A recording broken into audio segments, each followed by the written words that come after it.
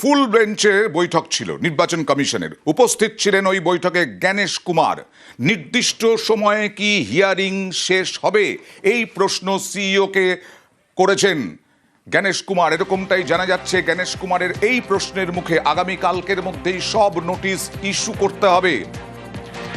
সরাসরি চলে যাব প্রতিনিধি সোমরাজের কাছে। সোমরাজ, কি হলো আজকে?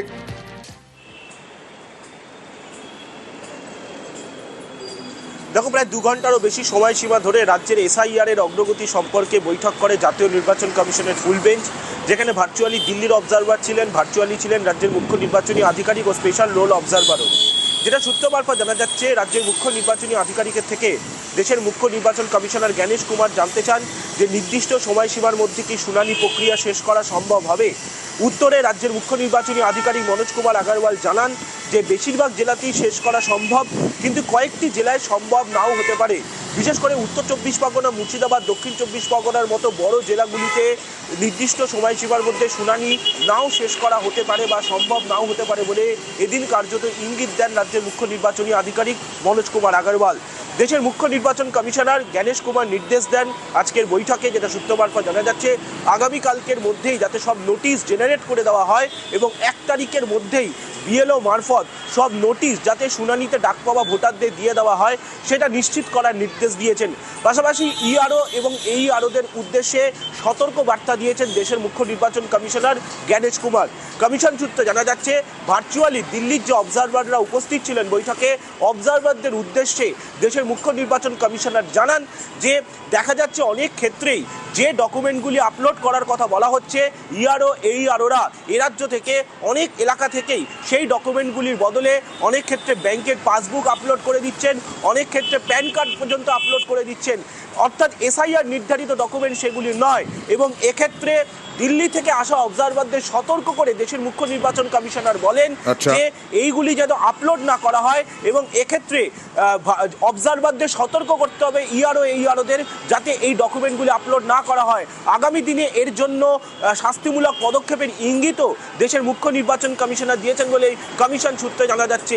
প্রায় 2 ঘন্টারও বেশি সময়সীমা ধরে এই বৈঠকটি হয়, যেখানে তুমি জানো আগামী সোমবার তৃণমূল নেত্রী তথা মুখ্যমন্ত্রী মমতা বন্দ্যোপাধ্যায়ের নেতৃত্বে তৃণমূল কংগ্রেসের প্রতিনিধি দল দিল্লিতে জাতীয় নির্বাচন কমিশনে যাবে। তার আগেই এসআইআর এর অগ্রগতি নিয়ে আজ জাতীয় নির্বাচন কমিশনের ফুল বেঞ্চ এই বৈঠকটি করেন এবং সেই বৈঠকেই স্পষ্ট নির্দেশ দিয়ে দেওয়া হয়েছে কালকের মধ্যেই সব নোটিশ জেনারেট করে দিতে হবে, 1 তারিখের মধ্যেই সব নোটিশ সার্ভ করে দিতে হবে শুনানিতে ডাক পাওয়া ভোটারদের এবং ইআরও আর এইআরওদের সতর্ক করার নির্দেশও অবজারভারদের দিয়েছেন দেশের মুখ্য নির্বাচন কমিশনার। আদালতে শ্রমিক ভট্টাচার্য, বিজেপি রাজ্য সভাপতি, তিনি আবেদন করেছিলেন বুথে সেনা। সেই আদালত জানালো যে নির্বাচন কমিশনের কাজ বুথ নিরাপত্তায় সমীক্ষা করার, সেই সমীক্ষা নির্বাচন কমিশন করুক। নির্বাচন কমিশনের কাজে হস্তক্ষেপ করবে না, আদালত জানিয়ে দিল।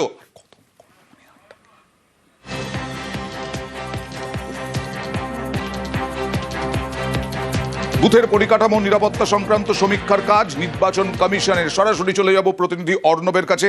অর্ণব, কি হলো আজকে হাইকোর্টে?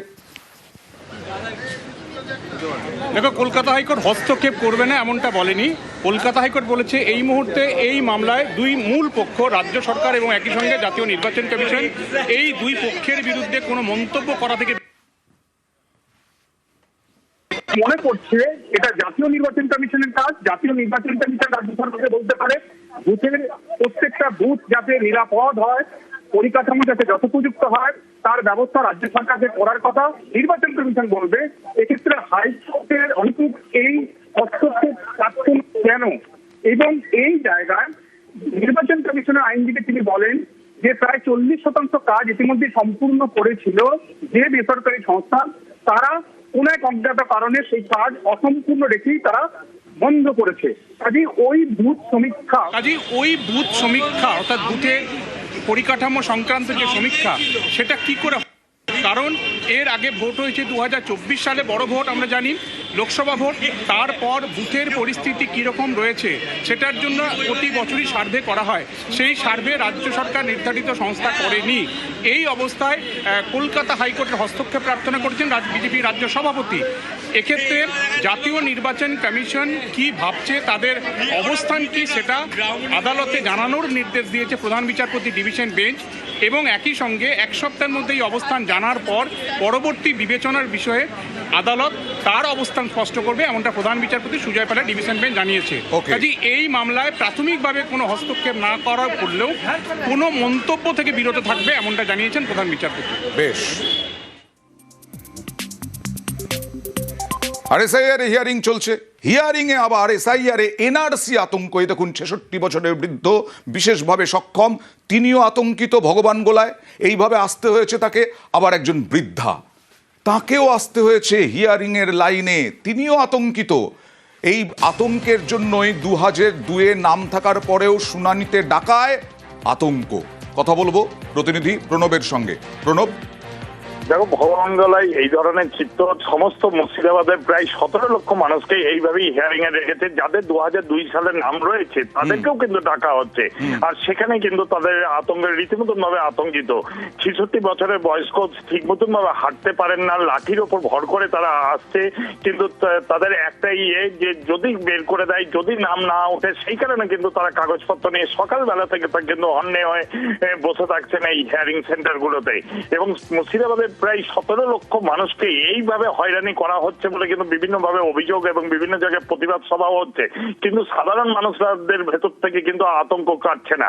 তাদের যদি নাম কেটে গেলে তারপর আমাদের কি হবে, কোথায় যাব? এবং দেখা যাচ্ছে এক এক পরিবারের 4জন 5জন করে কিন্তু তাদের হিয়ারিং এ নোটিশ আসছে। এই বৃদ্ধ মানুষ, তিনি ঠিক মতন হাঁটতে পারছেন না, তারপরেও কিন্তু কোন রকম ভাবে এসেছেন এবং তিনি কিন্তু ক্ষোভ উগড়েছেন এবং চোখের জলও ফেলছেন। যদি 2002 সালে তিনি ভোটও দিয়েছেন, কিন্তু তারপরেও কিন্তু তাকে হিয়ারিং এ ডাকা হয়েছে। এবং একাধিক বৃদ্ধ যারা ঠিক মতন ভাবে হাঁটতে পারেন না, তাদেরকেও কিন্তু কোন রকম ভাবে তাদের পরিবারের লোকরা এইভাবেই চলছে হয়রানি, এইভাবেই আতঙ্ক কাটছে না মানুষের মধ্যে। যে 65 বছরের বৃদ্ধ, তিনি এলেন হাতে লাঠি নিয়ে, বিশেষভাবে সক্ষম। কি বলছেন তার পরিবার?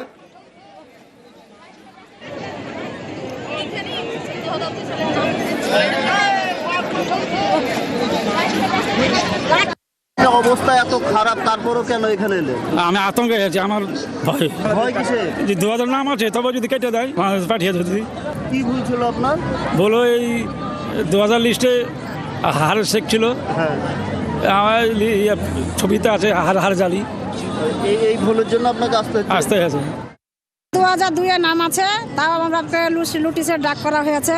তো ভয় করছে, বাড়িতে কাঁদছে, বাড়িতে সবসময় আতঙ্ক লেগে আছে। হিয়ারিং এ ডাক পড়েছে, হিয়ারিং এ আসেছে, ভয় আছে বাংলাদেশ পাচার করে দিবে বলে, ক্যাম্পে ভরে দিবে বলে। এখন তো দেখতে পাচ্ছি চারিদিকে এগুলো হচ্ছে, সেই কারণে ভয় আসছে। আরো একজন বিশেষভাবে সক্ষম, দেখুন, এসআইআর শুনানিতে এই বিশেষভাবে সক্ষমকে আসতে হয়েছে, কারণ আতঙ্ক। মুর্শিদাবাদ থেকে বাংলাদেশে পাঠিয়ে দেবে না তো নাম কেটে দিয়ে? কাগজপত্র ভোটের জন্য বাংলাদেশ নাগরিক করবে। এখানে তো আপনি 2002 সালে ভোট দিয়েছেন। হ্যাঁ স্যার, ভোট দিয়েছি। 25 সালে ভোট দিয়েছি, তার আগেও ভোট দিয়েছি, 2000 আগেও ভোট দিয়েছি। আপনার বাবা মার জন্ম কোথায়? এই দাসি, সবাই এই দেশে? সবাই এই দেশে। তাহলে এত ভয় কেন? ভয় করছে স্যার, ওইটা কাগজ কন্ট্রোল করছে। তো আপনার কাগজে গন্ডগোল ওরা করছে না আপনি করেছেন? আমরা কি করে করবো? আমরা তো মূর্খ মানুষ, আমরা কি করে জানবো স্যার, বলে দেবো। চলতে পারছে না, হিয়ারিং করতে যাওয়ার কথা, বাড়িতে যায়নি? না স্যার, বাড়িতে জানি ব্যারাম স্যার, ব্যারামে আজ 16 বাচ্চা স্যার হাঁটতে পারে না। কি কারণে এখানে ভয় এসেছে? বাংলাদেশ ভাজা ফেলবে, কুরপুর গায়ে ফেলিয়ে দেবে, বাগান মুখে দেবে, তারই ভয় এসেছে। এইসব প্রান্তিক মানুষ, তারা আতঙ্কে ভুগছেন। চলে আসছেন 85 বছরের বৃদ্ধা, তিনিও শুনানিতে হাজিরা দিতে এসছেন, কারণ তারও আতঙ্ক, চোখে জল।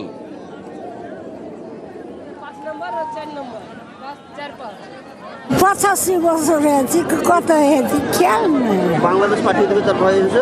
হ্যাঁ, আর বিএলওরা কি বলছেন? হিয়ারিং এ ডেকেছেন, কি কারণ? না, আমি আর ডাকিনি, বুথ অফিসার ডেকেছে। অফিসারদের তো ওখানে যাওয়ার কথা। ব্লক থেকে ডেকেছে, বলছে না হবে না, এখানে আসতে হবে। আমি সমস্ত ভোটারকে বলে দিয়েছি, প্রেগনেন্ট এবং হ্যান্ডিক্যাপ, অসুস্থ এবং বাইরে যারা পরিযায়ী শ্রমিক আছে, তারা যাতে না আসে, তাদের কোনো প্রতিনিধি গেলেই তাদের হবে। তা সত্ত্বেও যদি লোক চলে আসে, সেটা তো আমার কিছু করার নাই। ভয় আসছে নাকি? হয়তো তাই হয়তো হবে।